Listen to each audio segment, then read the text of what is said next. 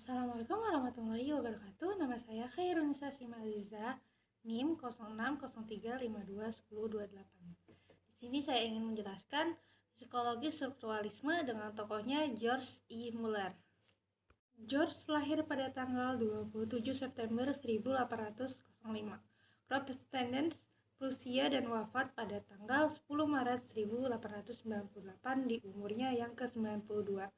Ia adalah seorang insinyur listrik Amerika yang merupakan administrator asosiasi di NASA yang menggapalai kantor Managed Space Flight dari September 1963 hingga Desember 1969. Dipuji sebagai salah satu manajer NASA yang paling cemerlang dan tak kenal takut. Ia berperan penting dalam memperkenalkan filosofi penguji alat untuk kendaraan peluncuran Saturn V yang memastikan keberhasilan program Apollo dalam mendaratkan seorang pria di bulan dan mengembalikan dengan selamat ke bumi pada akhir 1869. Ibunya seorang lulusan SMA berasal dari Belleville, Illinois, dan pernah menjadi sekretaris, tetapi dia tidak pernah bekerja setelah menikah. Ayahnya adalah seorang tukang listrik yang mulai bekerja sebagai anak laki-laki dan tidak pernah pergi ke sekolah menengah, tetapi kemudian menjadi pengawas sebuah bengkel motor listrik di St. Louis. Kedua orang tuanya adalah penutur bahasa Inggris, tetapi juga berbicara bahasa Jerman. Müller tidak pernah belajar bahasa Jerman dengan cukup baik untuk berbicara. Dia pergi ke Banton School di St. Louis sampai kelas 8, ketika dia dan orang tuanya pindah ke sebuah rumah yang lebih besar di negara itu bernama Belnor, dan kemudian lulus dari Normandia High School. Menjelang lulus, ia melamar pekerjaan di penelitian di Bell Labs yang ia terima. Setelah 1 tahun untuk membangun dirinya di sana, ia menikahi Maud Rosenbaum yang ia temui di St. Louis dan tanggal sementara di Purdue. Pekerjaan yang dilakukan Muller di Bell Labs menundanya direkrut menjadi militer selama Perang Dunia II.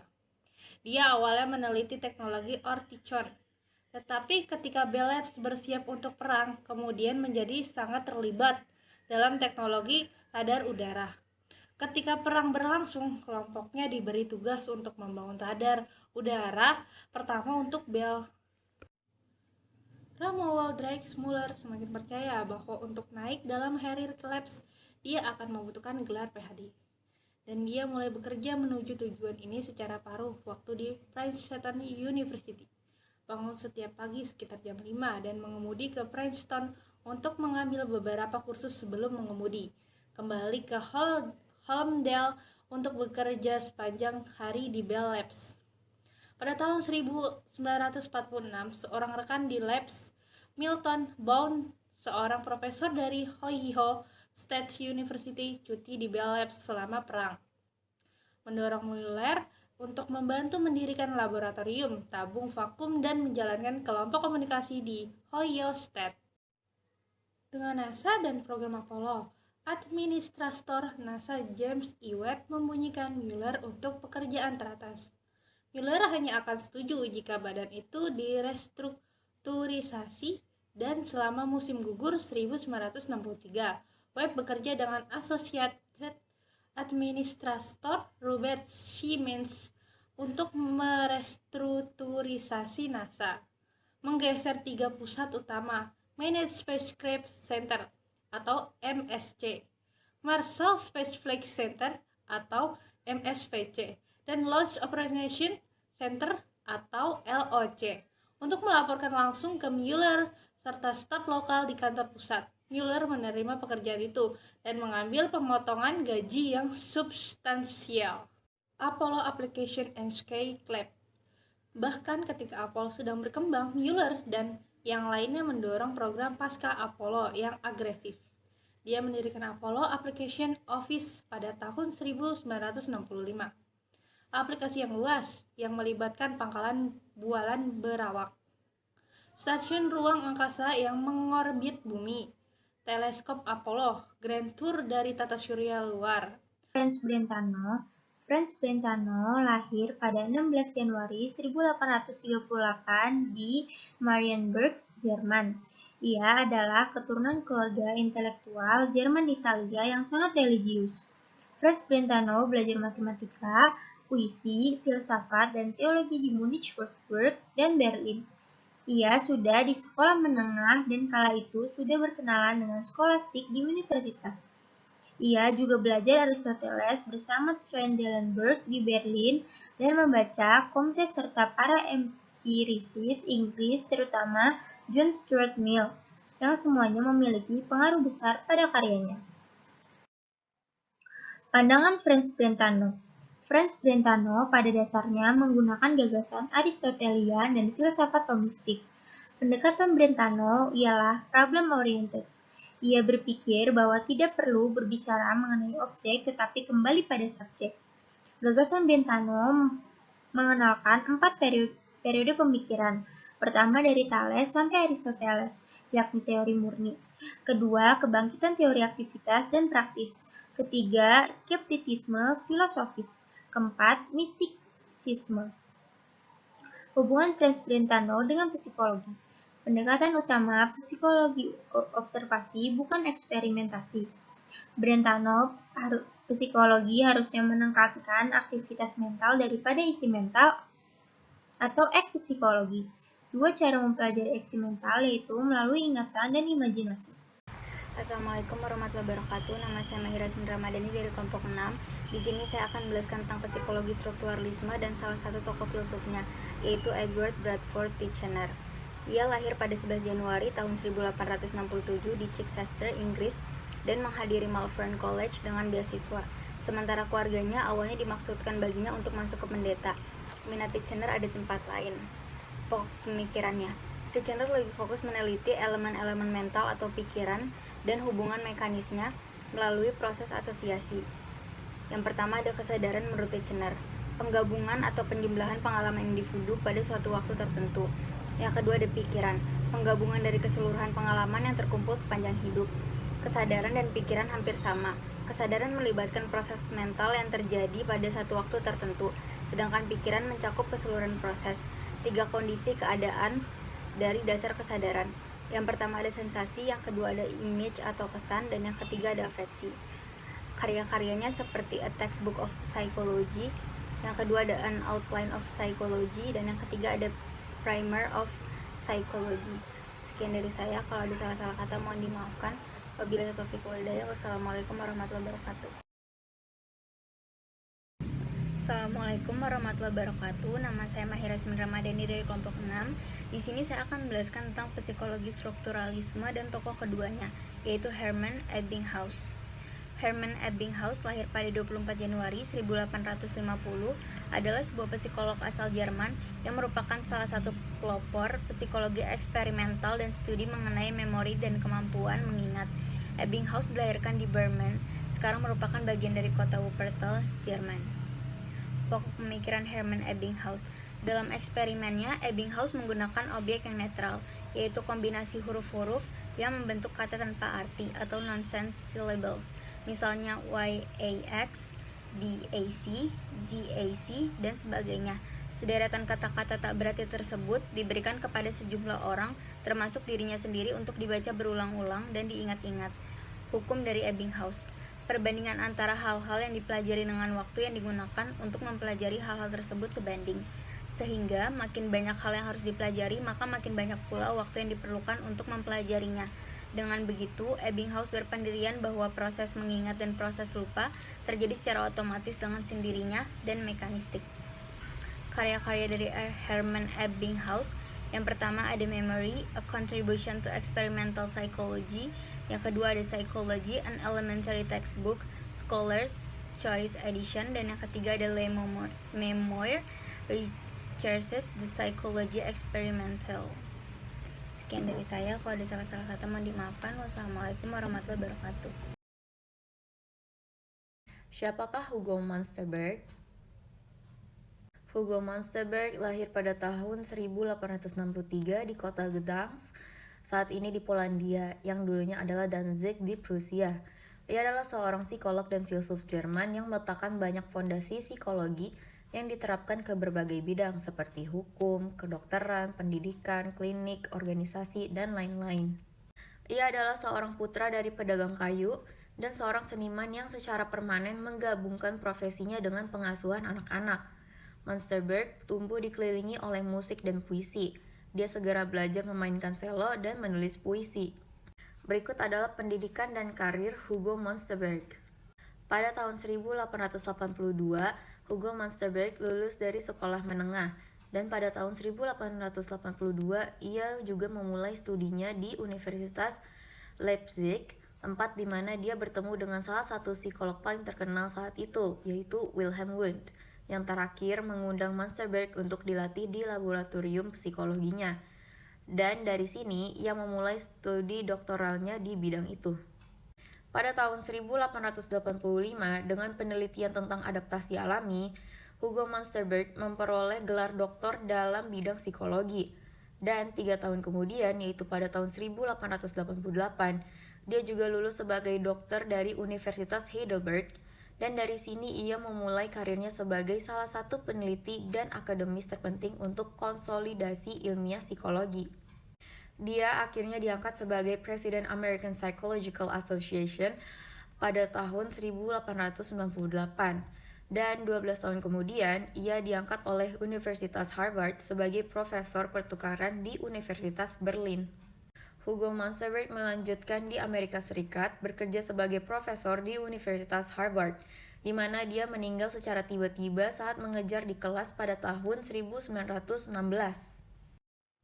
Nama saya Marsha Najwa dengan nomor induk mahasiswa 0603521030, dan di sini saya akan menjelaskan tentang psikologi strukturalisme. Siapakah Oswald? Oswald lahir 3 Agustus 1862 di Kandau, Portland, Kekaisaran Rusia, dan meninggal pada 30 Desember 1915 di Munich, Jerman pada umur 53 tahun. Ia adalah seorang filsuf dan psikolog Jerman yang mendirikan Sekolah Psikologi World Group. Pemikiran Oswald tentang psikologi. Yang pertama, karakteristik, yaitu tentang karakter manusia. Yang kedua, tipologi, yaitu menggolong-golongkan manusia dalam beberapa jenis karakter. Yang ketiga, kultur psikologi, yaitu ilmu mengenai mental kolektif. Oswald menemukan dasar studi tentang proses berpikir, yaitu bahwa proses berpikir yang tinggi atau disebut dengan higher mental process tidak terikat pada penginderaan, melainkan dengan munculnya kreativitas mental yang dapat membuat peradaban yang abadi. Hubungan psikologi dengan Oswald. Pikiran tidak terikat dengan penginderaan, maka orang sering tidak menyadari apa yang terjadi selama berpikir, dan orang tersebut tidak dapat menceritakan kembali tahap proses berpikir dalam dirinya. Siapakah Emil Kraepelin? Emil Kraepelin lahir pada tahun 1856 di Neustrelitz, Jerman, salah satu yang paling berpengaruh pada masanya, yang mengembangkan sistem klasifikasi untuk penyakit mental yang mempengaruhi klasifikasi selanjutnya. Kraepelin membuat perbedaan antara skizofrenia dan psikosis manik depresif yang masih berlaku sampai sekarang. Berikut adalah perjalanan pendidikan dan karir Kraepelin. Kraepelin mulai awalnya mempunyai minat yang besar oleh dunia kedokteran dan biologi, mulai pada tahun 1875 untuk belajar kedokteran di Universitas Würzburg. Sudah selama studinya dia menjadi sangat tertarik di bidang psikiatri dan psikologi. Fokus di bidang itu terutama setelah tinggal di laboratorium eksperimental Wilhelm Wundt di Leipzig, mewujudkan kursus dengan Bapak Psikologi Ilmiah dan mempelajari metode psikofisik oleh karyawannya.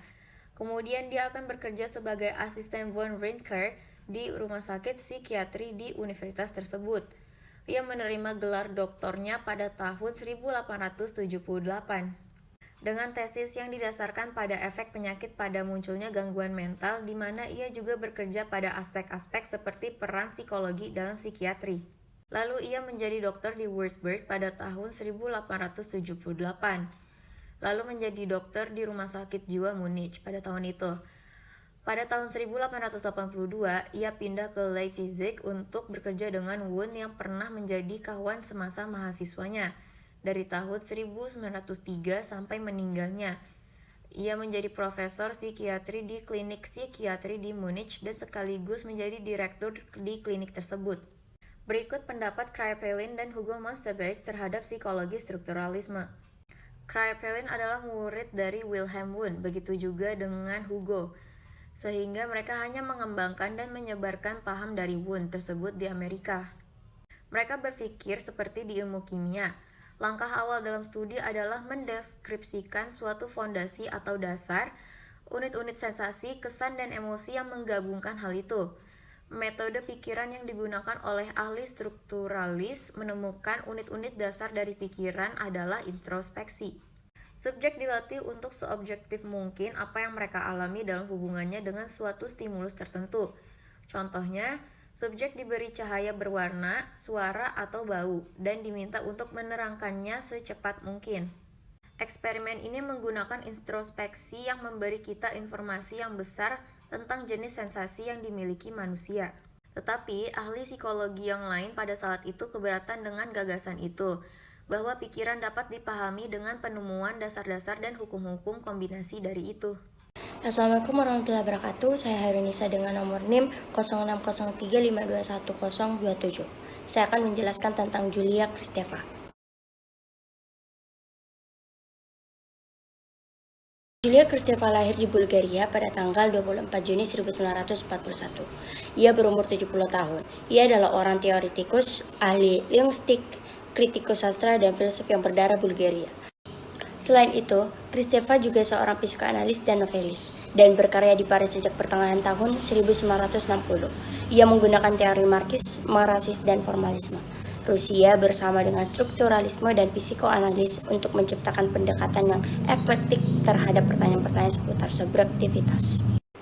Julia Kristeva mengambil strukturalisme dan formalisme Rusia untuk titik awal kiprahnya yang kemudian menjadikannya menonjol sebagai salah satu tokoh post-strukturalis. Strukturalisme memiliki berbagai tingkat pengaruh dalam ilmu sosial dan pengaruh sangat kuat dapat terlihat di bidang sosiologi. Semiotik and the symbolic. Salah satu kontribusi terpenting Kristeva adalah bahwa penandaan terdiri dari dua elemen, simbolik dan semiotik. Yang terakhir berbeda dari disiplin semiotika yang didirikan oleh Ferdinand de Saussure. Seperti yang dijelaskan oleh Augustin Perumalil, semiotik Kristeva terkait erat dengan pre-oedival keanak-anakan yang dirujuk dalam karya-karya Freud, Otto Melanie Klein, psikoanalis, British Object Relation, dan tahap percerminlacan. Ini adalah medan emosional, terikat pada naluri yang berdiam dalam celah dan prosodi bahasa daripada makna denotatif kata-kata. Selanjutnya, menurut Birgit Schippers, semiotik adalah ranah yang terkait dengan musik, puitis, berirama, dan tidak memiliki struktur dan makna. Hal ini terikat erat dengan feminim dan mewakili keadaan tidak terdiferensiasi dari bayi tahap percerminan.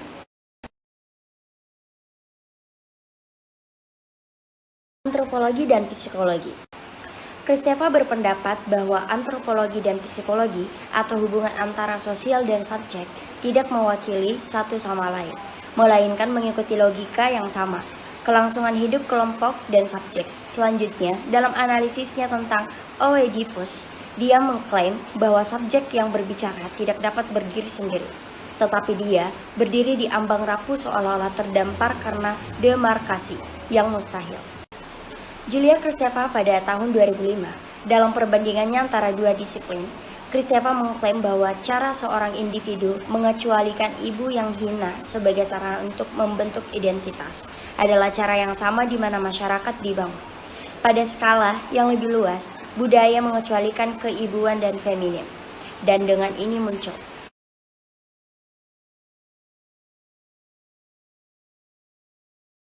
Assalamualaikum warahmatullahi wabarakatuh. Saya Harunisa dengan nomor NIM 0603521027. Saya akan menjelaskan tentang Roland Barthes.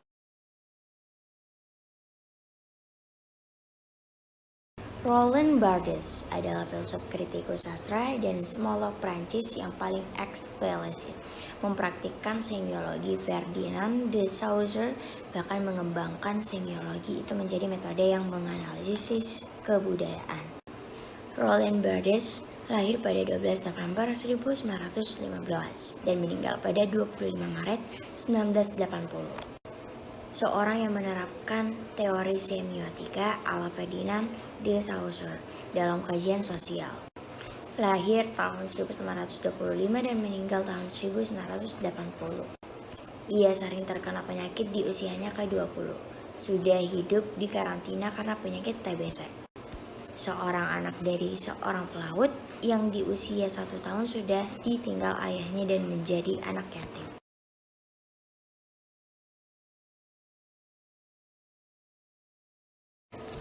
Bardes menerbitkan 3 buku, Exit, Mythologies, dan The Vision System, sebagai 3 dokumen yang menunjukkan usaha pengembangannya.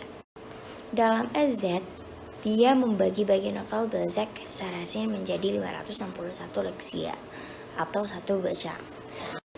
Dalam Exit, dia membagi-bagi novel Balzac Saracen menjadi 561 leksia atau satuan bacaan. Pembongkaran itu dilakukan untuk kemudian direkonstruksi kembali. Di mata Bardes, suatu teks merupakan sebentuk konstruksi belaka. Bila hendak menemukan maknanya, maka perlu dilakukan rekonstruksi dari teks itu sendiri. Sementara dalam The Vision System, Bardes mengkaji vision sebagai sebuah sistem tanda seperti model linguistik-Saussure. Mythologies merupakan kumpulan esainya mengenai berbagai aspek kebudayaan Prancis.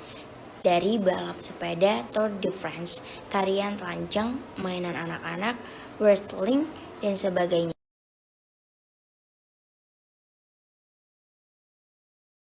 Sebagai sebuah studi tentang tanda dan sistem tanda, teori semiotika modern pertama kali muncul pada abad 17 yang ditandai dengan tulisan John Locke yang menyatakan bahwa ketika berkomunikasi perlu menyertakan berbagai ide yang jelas ke dalam kata-kata. Tokoh-tokoh yang menjadi bagian dari gerakan ini adalah Ferdinand de Saussure, Roman Jakobson, C. Levi-Strauss, Julia Kristeva, Umberto Eco, Thomas Sebeck, dan Roland Barthes. Dalam bukunya Teori Komunikasi Massa Suatu Pengantar, Dennis McCall menjelaskan tentang strukturalisme dan semiologi. Menurut McCall, istilah strukturalisme merujuk pada suatu perkembangan dari ilmu bahasa yang berakar dari Ferdinand de Saussure.